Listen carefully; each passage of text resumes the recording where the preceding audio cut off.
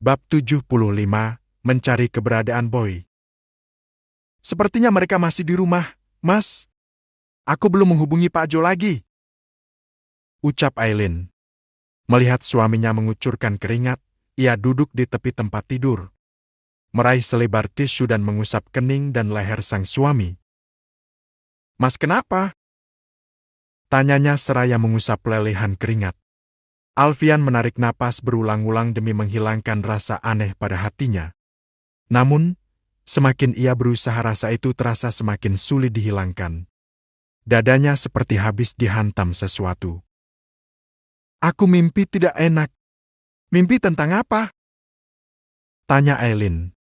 Ada kerutan tipis di dahinya. Aku mimpi Boy pergi ke tempat asing. Dia jatuh dan terluka. Dia menangis memanggilku.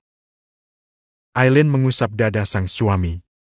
Ia benamkan ciuman di kening, lalu memeluknya. Kamu pasti terlalu merindukan Boy sampai mimpi yang tidak-tidak. Mungkin saja. Balas Alfian, mencoba untuk menghilangkan pikiran buruk. Aku akan hubungi Pak Jo. Aileen melepas pelukan. Menyambar ponsel dan segera menghubungi Joe. Namun, setelah beberapa kali mengulang, panggilan tak kunjung terhubung. Kenapa? Tanya Alfian setelah melihat Aileen memandangi ponselnya dengan alis berkerut. Pak Jo tidak jawab. Mungkin sedang dalam perjalanan ke sini. Coba aku hubungi Mama. Ya. Lagi, Aileen mencoba menghubungi sang mertua. Hasilnya pun tetap sama. Tak ada jawaban dari siapapun. Tidak dijawab, Mas. Mungkin memang sedang dalam perjalanan ke sini. Kamu tenang dulu, ya. Menuang segelas air putih, Aileen memberikan kepada sang suami. Alfian meneguk sedikit-sedikit dan bersandar setelahnya. Mimpi buruk tadi terasa seperti mimpi. Membuat hati dan pikirannya tidak tenang. Mas butuh sesuatu yang lain? Alfian menggeleng pelan. Aku hanya butuh ditemani kamu di sini. Senyum tipis terbit dari bibir Aileen. Wanita itu membenarkan posisi duduknya agar sejajar dengan sang suami. Kemudian saling memeluk demi melepas rindu. Oh ya, kamu tidak ngidam sesuatu? Biasanya wanita hamil itu ngidam, kan? Tanya Alfian, berusaha mengalihkan pikirannya dari mimpi tadi. Kalau aku ngidam apa kamu mau menuruti semuanya? Memangnya kamu ngidam apa? Tapi jangan aneh-aneh. Aileen tertawa kecil. Mungkin sedikit menjahili suaminya akan seru siang ini. Aku baru mau merencanakan akan ngidam apa. Ingat aku hamil kembar. Mungkin kamu akan repot dengan ngidam yang berbeda-beda. Entah mengapa pikiran Alfian seketika tertuju pada kehamilan pertama. Masih segar dalam ingatannya ketika mendatangi kosan tempat Aileen tinggal dan mendapati wanita itu sedang memakan mie instan yang sudah mengembang. Selama mengandung bayi, ia kurang mendapat asupan gizi yang baik. Aileen hidup serba kekurangan. Bahkan untuk makan pun ia harus berhemat. Akibatnya, Boy lahir dengan berat badan kurang dan harus mendapat perawatan khusus. Kamu kenapa, Mas? Pertanyaan Aileen membuyarkan lamunan Alfian. Lelaki itu mengulas senyum tipis, namun matanya memancarkan kesedihan. Tidak apa-apa, sayang. Aku hanya ingat saat kamu hamil Boy. Aku minta maaf, kamu pasti menjalani masa-masa yang sulit. Kamu akan membayarnya sekarang. Karena aku akan menguras uangmu untuk memenuhi ngidamku yang aneh-aneh. Alfian tertawa lepas. Ia peluk wanita itu erat. Terima kasih sudah menjaga dan mempertahankan Boy meskipun itu sulit. Sejak kapan perekam audionya rusak? Tanya Galih di tengah perjalanan. Bara yang sedang mengemudi itu bungkam seketika. Mencoba mengingat kapan terakhir kali ia memeriksa rekaman CCTV. Aku tidak tahu. Terakhir kali memeriksa rekaman CCTV, beberapa minggu lalu dan perekam audionya masih berfungsi dengan baik. Galih mendengkus marah. Jika tidak sedang dalam suasana genting, ia pasti sudah memaki habis semua penjaga rumah itu. Lalai sekali mereka. Gerutunya kesal. Segera hubungi teknisi dan minta mereka memperbaikinya secepat mungkin. Aku akan segera hubungi.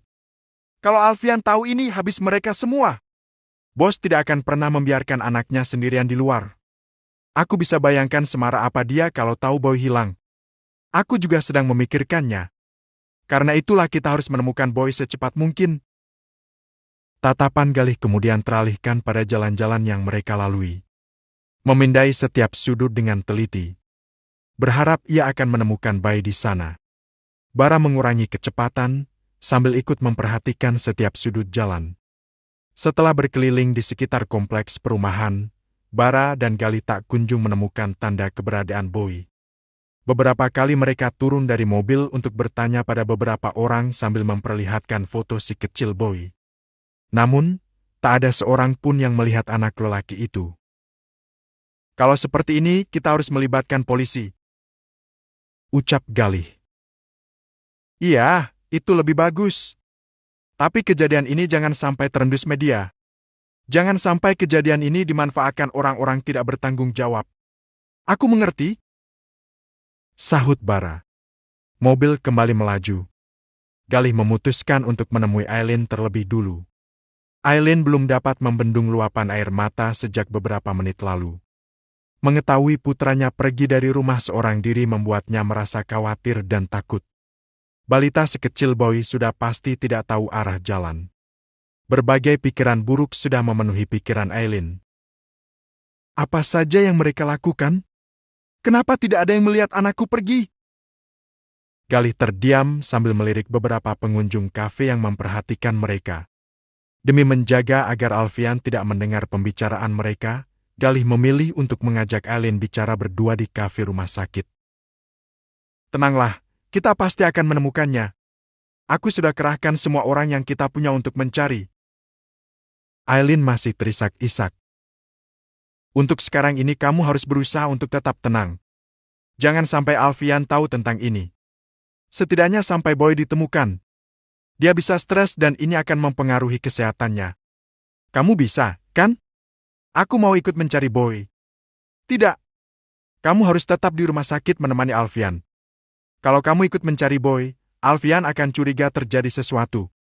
Percaya padaku saja, aku akan mencari Boy semampuku. Ucapan Galih memang ada benarnya. Menghadapi situasi seperti sekarang harus tetap tenang dan tidak gegabah. Tolong lakukan apapun untuk menemukan anakku. Dia sendirian di luar sana dan tidak mengenal siapapun. Tenang saja, kita pasti akan menemukannya. Sekarang tenang dan kembali ke kamar. Ingat, jangan membuat Alfian curiga. Aileen hanya mengangguk. Sekarang aku harus pergi lagi bersama Bara dan mencari Boy. Aku akan hubungi kamu setiap ada perkembangan. Sementara di sudut lain, Boy masih terisak-isak mengusap lututnya yang terasa perih. Piyama yang dipakainya sobek di bagian lutut akibat terjatuh tadi. Kenapa menangis, Nak? Dan kenapa sendirian di sini? Suara seorang wanita mengalihkan perhatian Boy. Ia melirik seorang wanita yang sedang menggendong bayi perempuan dengan pakaian kumal. Boy mau ke rumah sakit, Tante. Papa Boy meninggal. Boy mau obatin Papa. Wanita itu melirik ke segala arah demi menemukan sesuatu. Namun, bocah kecil yang ia temukan hanya seorang diri di sana. Mama kamu mana? Mama ada di rumah sakit temenin Papa. Boy juga mau temenin Papa. Oh, Papa kamu meninggal di rumah sakit? Rumah sakit mana? Bingung, Boy tak tahu harus menjawab apa. Setahunya, sang papa dirawat di sebuah gedung yang sangat besar dan ada banyak dokter di dalamnya. Terus kenapa kamu bisa di sini sendirian? Boy mau nyusul Mama. Cicit balita kecil itu. Sang wanita hanya menatap iba. Melihat pakaian dan wajah anak di hadapannya, ia yakin bahwa Boy adalah anak orang berada. Mungkin pergi sendirian dari rumah dan tidak tahu harus kemana. Meninggalkan bocah ini sendirian pun tidak mungkin. Seseorang bisa saja berbuat jahat padanya. Mau ikut Tante? Nanti Tante bantuin cari mamanya Boy. Boy menyeka air matanya. Mau Tante? Antelin Boy ke rumah sakit, ya? Iya. Nanti tante cari orang tua Boy. Tapi ikut tante dulu, kalau di sini sendirian nanti ada orang jahat. Mengangguk pasrah, Boy akhirnya mengikuti wanita itu. Ia sempat diberi minum dan roti yang dibeli di sebuah warung kecil, sebab Boy mengeluh lapar dan haus. Hingga beberapa jam berlalu. Boy capek jalan, tante? Keluh Boy setelah menempuh jarak yang cukup jauh. Belum lagi terik mentari yang terasa menyengat.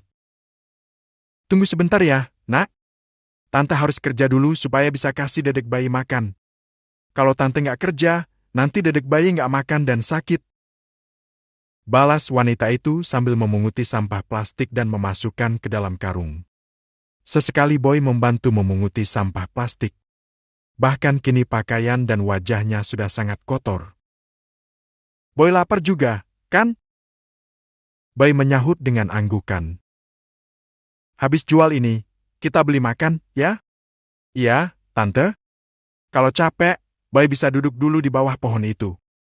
Nanti kalau selesai kerja, tante panggil. Boy mau bantuin tante aja. Jawab Boy. Wanita ramah itu tersenyum tipis sambil mengelus puncak kepala Boy. Sesekali menatap bayi mungil yang sejak tadi berada dalam gendongannya. Boy pun berjalan pelan sambil memunguti beberapa botol plastik. Koper kecil miliknya ia letakkan tepat di samping karung yang hampir penuh dengan sampah plastik itu.